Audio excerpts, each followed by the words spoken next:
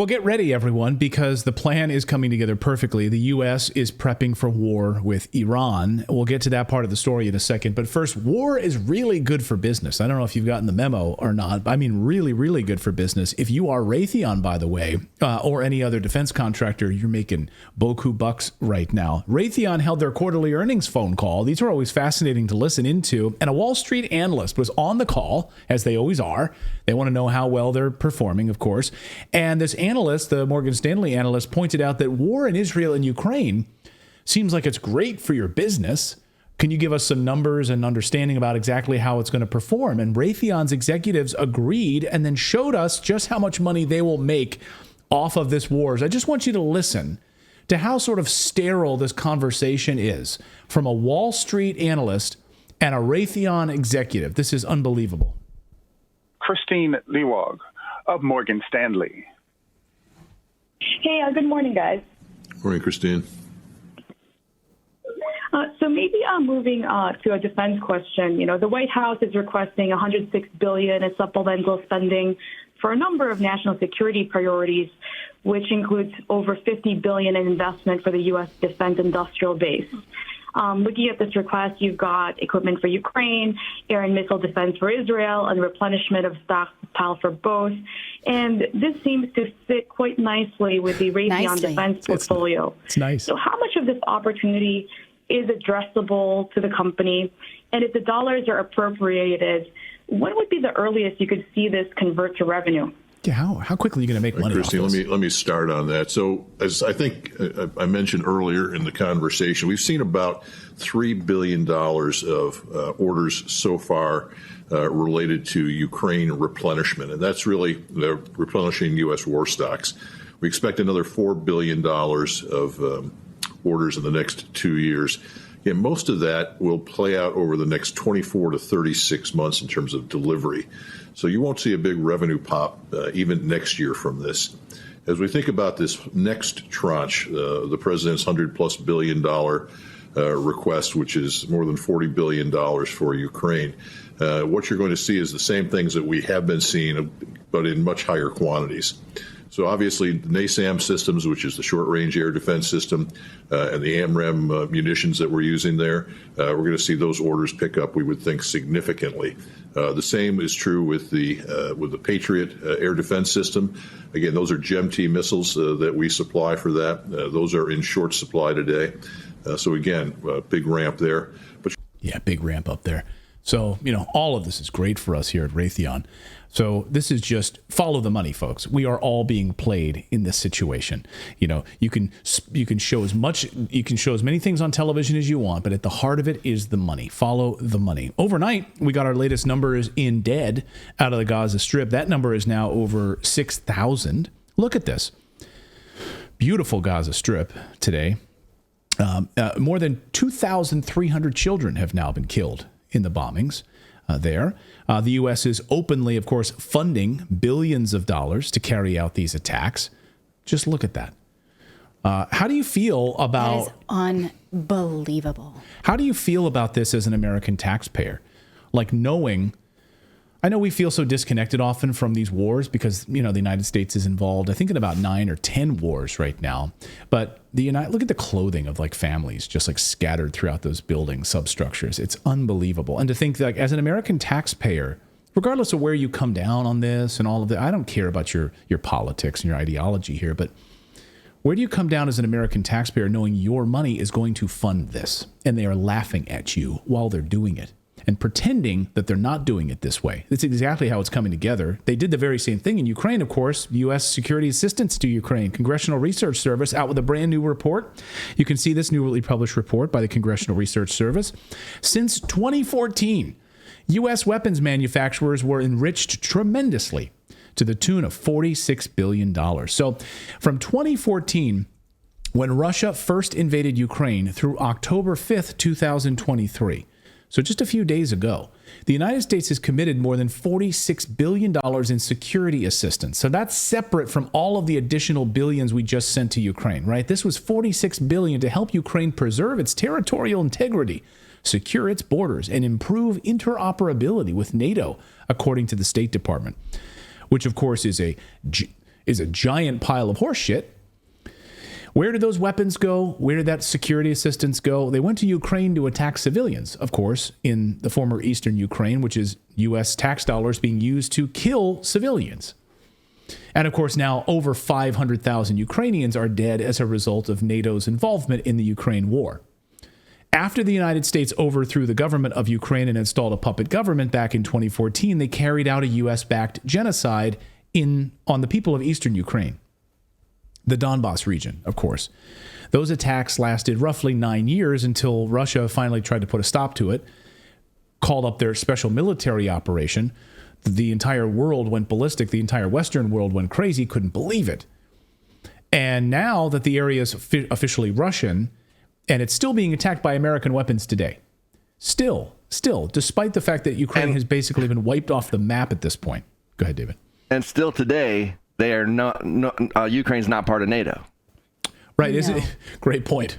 Yeah, they still couldn't get their entrance fees through. Hey, you guys used us, created us, turned us into like basically an aircraft carrier, destroyed, 500,000 of our people. Can we please get that application approved now for NATO? Sorry. We were using you the whole time. Meanwhile, many of the shells that are being used in Gaza are manufactured by American companies. Here's just one example. These shells used to attack Gaza, and as Minpress reports, these came from the company called Woodward. You can see, and I love how long until, look at this, you can see Woodward right there. How long until these types of serial numbers and printings on these shell casings are going to be removed in the future? Because they're easily traced and tracked. We can see the serial numbers right here. What's crazy about that is that proves that they could keep track of this stuff if they wanted to. They've got barcodes on them. So it's like, we have no way to track all these weapons going around the world. Yes, you do. It's right on the bottom of every one of your products. It's all being scanned and brought right into the theater, brought right into the war theater. Yeah, we know exactly where the stuff is coming from, tracking serial numbers. In fact, Marjorie Taylor Greene 2 weeks ago was worried, of course, about all of the munitions and weapons that we've sent to Ukraine. How many of those wound up in Gaza already? Well, the top shareholder in Woodward, by the way, of that shell that you just saw, is Vanguard, which also has a charitable arm, according to Minpress, that has been used to funnel hundreds of millions of dollars to the Israeli lobby groups and the Friends of the Israeli Defense Forces. Okay, that's so shocking. Of course, the requests from Israel to bring new weapons to the region started immediately. Did you know that the lobbyist groups in Washington that are pro-Israel really started after the assassination of JFK, because JFK was a proponent of a land dispute between the Palestinians and Israelis. And so that was something that was really top of his foreign agenda. And because he spoke on behalf of giving them statehood, they were really worried about it. Once he was assassinated, they were like, phew, that guy's gone. That is really when these lobbyist groups came in and said, we need to start funneling some U.S. money and garnering U.S. support. Just add that to the list of other reasons why he was assassinated. Of course, the requests from Israel to bring new weapons to this region started immediately. Josh Paul just resigned from the U.S. State Department last week over these arms transfers, and he wrote an opinion piece for the Washington Post, and Aaron Mate points out this specific part of this post. Josh Paul, who resigned as the top State Department official for arms transfers, writes, quote, Israeli requests for munitions started arriving immediately, including for a variety of weapons that have no applicability to the current conflict. These requests deserve the attention we would pay to any large arms package, and I urge a frank discussion. My urging was met with silence and the clear direction that we needed to move as fast as possible to meet Israel's requests. Of course. I really empathize with how that must feel. Can you imagine? A well-intentioned civil servant to just say, please, let's not do this. It must be heartbreaking. Like, you're looking at these requests coming in immediately from Israel, and you're like, why are these why are all of these things on this list that shouldn't have anything to do with Gaza? Look, what is going on here? Why are we just approving this blindly? Yeah. And shut up, don't ask any questions. You're not allowed to ask any questions about it. And I would surmise that there are more people who feel like him, peace-loving people who work inside the U.S. government than not, but they just have no power. No, the U.S. government works as, these separate stations for a reason. They don't collaborate. There's no like team culture at all. It's above his pay grade, sadly. Sadly. Of course, if you ask these questions, you will be silenced. You'll lose your job. You'll be kicked out. He resigned in protest, and good for him. So over the past 24 hours, the United States has moved more military assets into position near Israel. The Pentagon is deploying 2 carrier strike groups, 11 Burke-class destroyers, a number of Ticonderoga-class cruisers, amphibious assault ships, THAAD and Patriot missile defense systems, multiple squadrons of fighter jets, strategic bombers, and undisclosed assets to the Middle East. And the U.S. is putting their military mouthpieces on television, of course, pushing the narrative that Iran is behind these attacks on Israel. And they are behind the 13 attacks which just struck U.S. military bases in Iraq and Syria. Listen to this Pentagon briefing. Between October 17th and the 24th, U.S. and coalition forces have been attacked at least 10 separate times in Iraq and 3 separate times in Syria via a mix of one-way attack drones and rockets. So again, those are the initial numbers. We're continuing to work to CENTCOM to ensure we get you the facts on these. These at least 13 attacks on U.S. forces in Iraq and Syria, do you believe that Iran is responsible for these? Were these all conducted by Iranian-backed proxies? Well, I think we've been pretty clear on this, and my colleagues at the White House yesterday talked about this as well. We know that the groups conducting these attacks are supported by the IRGC and the Iranian regime. What we are seeing is the prospect for more significant escalation against U.S. forces and personnel across the region in the very near term, coming from Iranian proxy forces. So there you go. By the way, why do we have military bases in Iraq and Syria? Our military bases were attacked in Iraq and Syria. Why the hell do we have military bases in Iraq and Syria? We are in Syria illegally, so maybe you should leave. Just an idea. You're not supposed to be there. You're illegally there, by the way. It is an illegal occupation. We showed you maps the last time we talked to Kevork Almasian. It's outrageous how much land we've just sort of taken. Yeah, but we're there illegally, but you should feel bad for us. It also frustrates me because every time they say that this was like a proxy of another country, that to me has become speak for, well, they're mercenaries and anybody who pays them will do whatever they want them to do. We paid them a little bit of money and now they're going to lead us into a war. Do you know what I mean? It's like it always ends up being a proxy. It's not like Iran is taking, it wasn't like the Iranian military went in and did this. So whenever it's a proxy, I get skeptical because they can easily say, oh, yeah, it was just a group of, Of course you should be skeptical. Iran. Yeah, you should absolutely be questioning all of this. Well, I hope all of us are doing that because this is all propaganda, right? And so why is the White House thrilled about supporting a war in the Middle East? Why don't they do more to prevent wars around the world? Because it's great for business, of course. Yesterday, a reporter asked White House stooge Karine Jean-Pierre why the White House doesn't do more to stop these wars. And here was her eloquent answer. Well, if I understand you're saying that he's rallied the troops and brought allies together, and that all makes sense. But I guess, again, the origin of my question was, why aren't we doing a better job preventing these wars in the first place? That's a good question. What we're doing, and Admiral spoke to this, of course, as he talked about the Middle East, and of course our goal has always been a prosperous Middle East, a peaceful Middle East. He literally went into speaking about what the goal has been and what we're going to continue to do, make sure that there is peace, right? Make sure that we bring our allies and partners together. That doesn't stop. But at the same time, right, if Russia's going to invade Ukraine, we have to be there for Ukraine, right? Trying to take over their sovereignty, their democracy. We have to be there, right? If we have to be there for Israel as they fighting off a terrorist organization, right? Innocent people are being killed. And so the president's going to be there for that.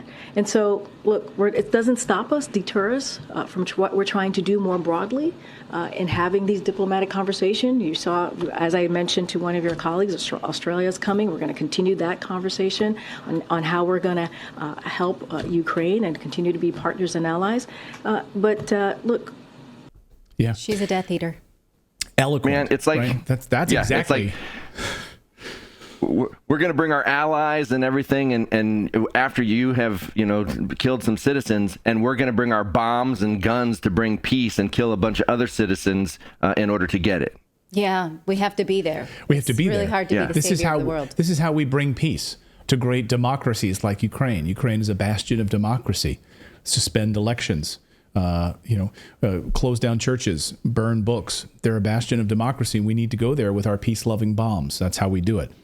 These warmongering dipshits they don't want peace at all, of course. That's the real answer. She should have been more honest. It would have been great if she was actually honest for once. She'd be like, Mike, if that is your name, Mike, in the back, we don't want peace.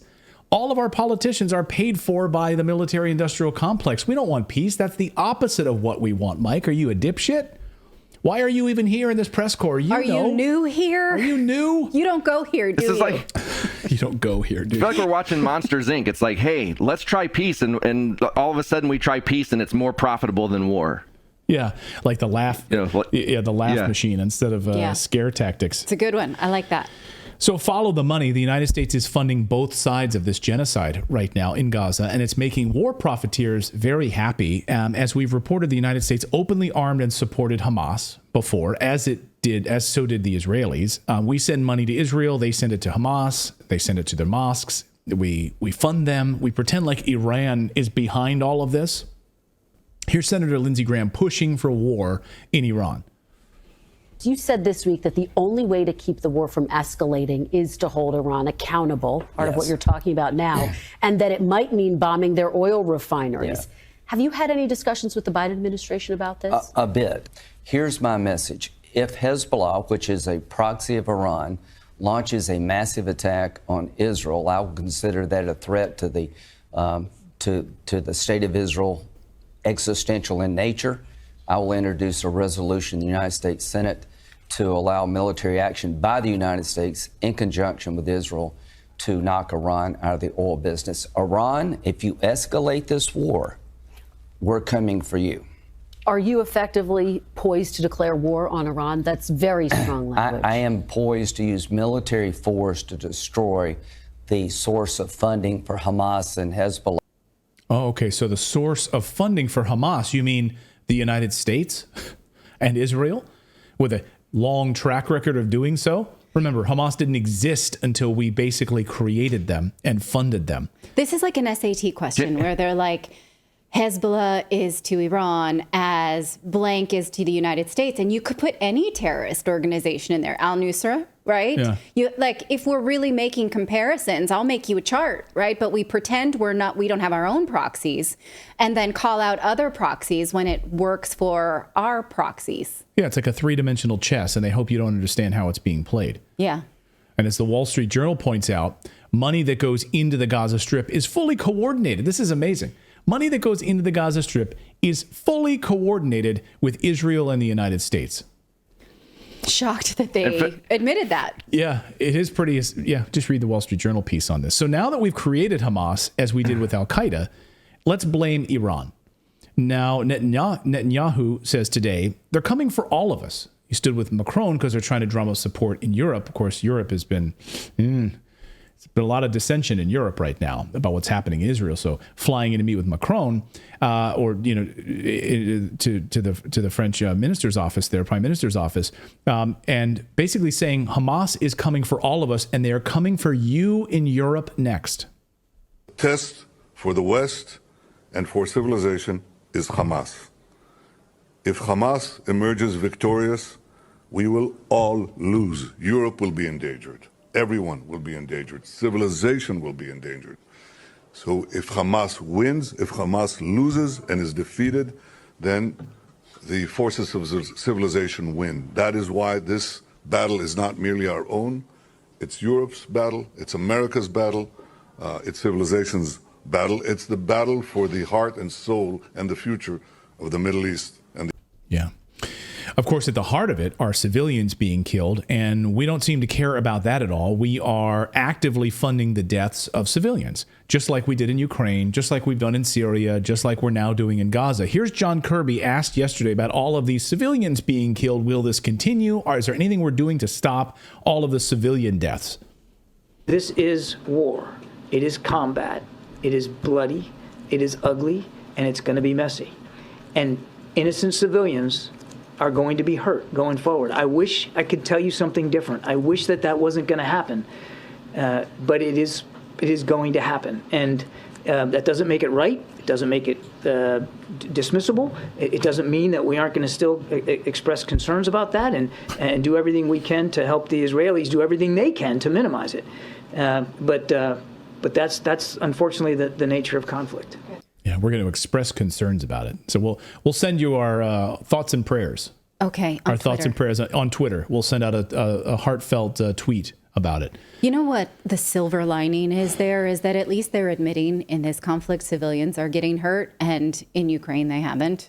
You know, they haven't admitted that the Ukrainian army fires on civilians. So if there can be, at least we're getting some brutal honesty, but that sounds awful. He doesn't speak for the rest of Americans. And I don't know, just today, Israeli politicians have called for the resignation of UN Secretary Antonio Guterres for speaking on behalf of the civilian casualties on behalf of Palestinians and calling for his resignation. Well, he's free to do that. But us as Americans should call on the resignation of people who are saying meh about civilian deaths. Can't we do that? Yeah. It's not a meh. No, it's not.